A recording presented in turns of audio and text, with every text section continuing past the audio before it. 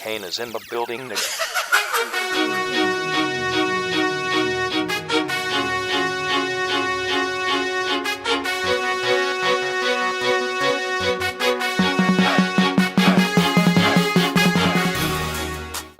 Michael Flanagan here, sports editor for Hometown Weekly. I'm joined today by my buddy Matt Giosi. We worked over at Monkey Sports together, the best company on the planet.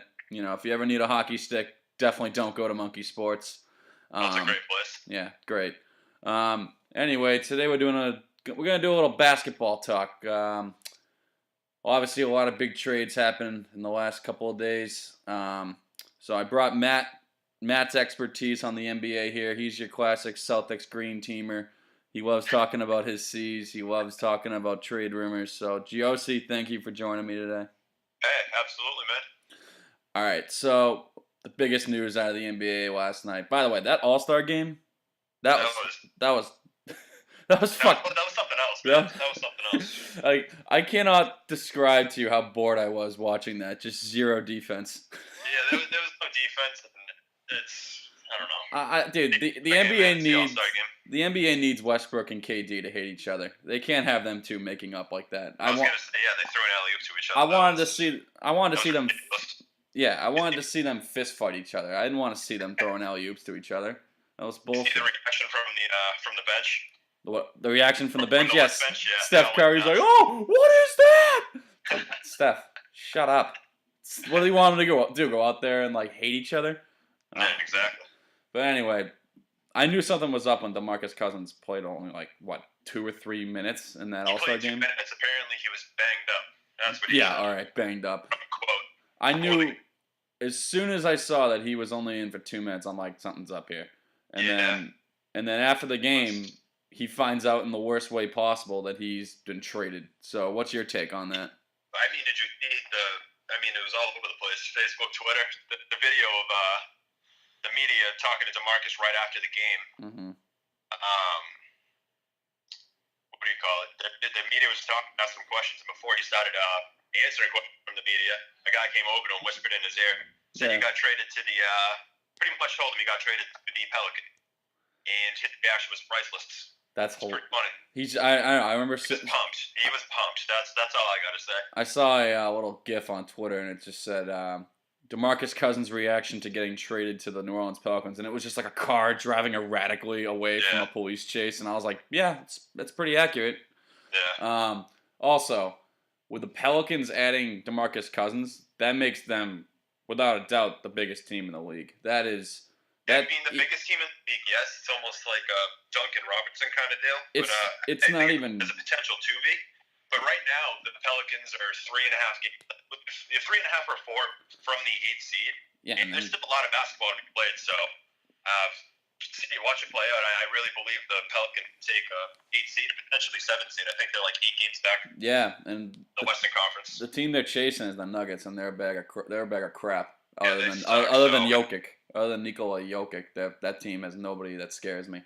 They're trash. Also, quick side note: with the addition of DeMarcus Cousins, the New Orleans Pelicans definitely have to have the edge in average dick length in terms of NBA teams, because with like 4 7-foot guys on that team, absolutely, that I've never seen a lineup bigger than that. Anthony Davis, DeMarcus Cousins, Kyaspi. There's so many guys on that team that are like at least 6'9". I've never seen anything like that. Well, I don't know how the hell they're gonna split up minutes. I mean, obviously Cousins and Davis should be getting the bulk of them, but who the hell do you even put in? How do you even sub in? Like it's like the same position.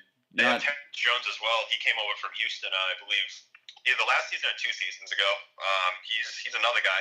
I think they're trying to trade him right now though, but they have a promising future, I'd say. I mean, they got Drew Holiday at the point, which is, I'm not saying he's not bad or anything, but I mean, you got Anthony Davis and DeMarcus Cousins. You should be dishing out at least 10 assists a game. I agree.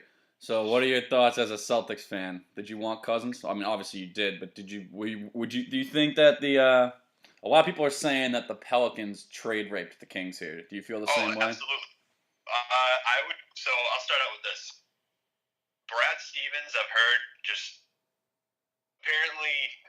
Brad Stevens just nothing but respect to the guy, of course, but he just didn't want to coach Cousins. Very colorful personality the guy has. Guy's a fucking nutbag. Yeah. But look, if you look at Doc Rivers, think of this. You bring on Rasheed Wallace. You bring on Stephon Marbury. You bring on Marquise Sampson. All these guys, Jermaine O'Neal, all these guys with off-court issues. I guarantee you, if Doc Rivers was the coach of this team right now, the Celtics would have pulled the trigger and Danny Ainge would have gotten DeMarcus Cousins because we could have offered a way better package than the Pelicans. Kings are Than the Pelicans offered the Kings. Kings I guarantee you, if Doc was the coach, DeMarcus would be in green. That haul that the Kings got, that's a terrible haul. You got Buddy Hield, who's gonna be coming off the bench for the next 2 or 3 years. You got Sucks right now anyway. Buddy Hield. I mean, he's a rookie, but he was in college for 4 years at Oklahoma, I believe. I don't know if he was a one and done. Was he a one and done, or was he a 4-year player? I'm not sure. He was a 4-year player. He played for Oklahoma. No, I know that. I didn't know. Yeah. Wow, that's. Yeah, he played for 4 years, and I mean, what successful NBA players play college for 4 years? I don't know any 4-year players. I can't think of any. He was supposedly the best point guard coming out of that draft, 2-3 years ago? Yeah, has he even gotten out of the D League yet? I was waived by the fucking Orlando Magic. Yeah, I haven't even seen that. I haven't heard that guy's name since like LeBron. Yeah, dude. I haven't heard that guy's name since the Miami Heat were saying that they were going to draft him in order to keep LeBron James in Miami because him and James were butt buddies. But so moving on from Cousins, what do you think about Jimmy Butler? You think there's any chance the Celtics land him? Or do you even before do you even think it's worth getting Jimmy Butler? They're already a very guard heavy team. So in the way I view things, the way I look at it all, Jimmy Butler, I think he can be a pure scorer if you need him to be. He's a great defender.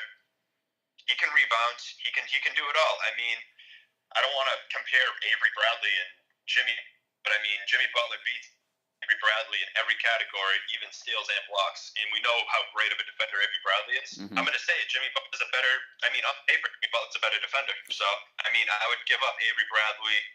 Obviously, the next pick, you might have to give up a couple other guys, maybe a couple other picks for Jimmy Butler.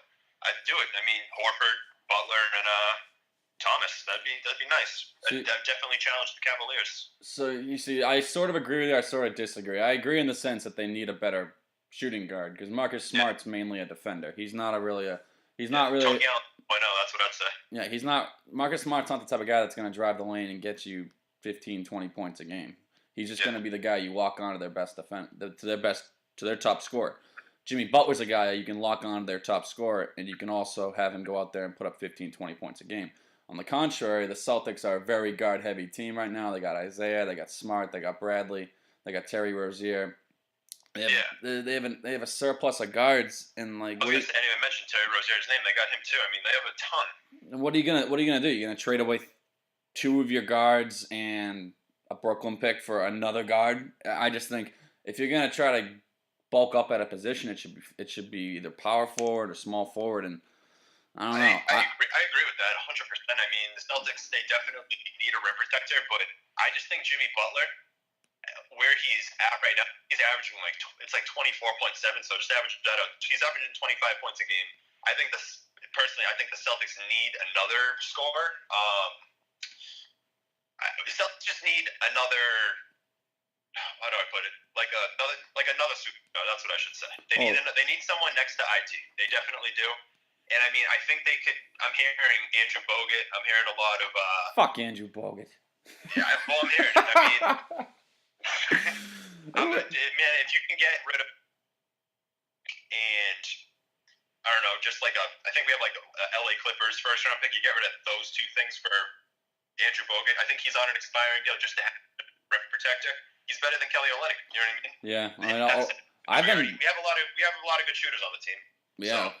I mean, I've been really happy with the way Kelly Olynyk's played in the last couple of weeks. Yeah, I mean, he's been good, but he's on an expired deal. And do you want to send Kelly Olynyk to a 4-year, $48 million contract? Because that's probably just going to ask for like $12 million a year, and I don't want that at all.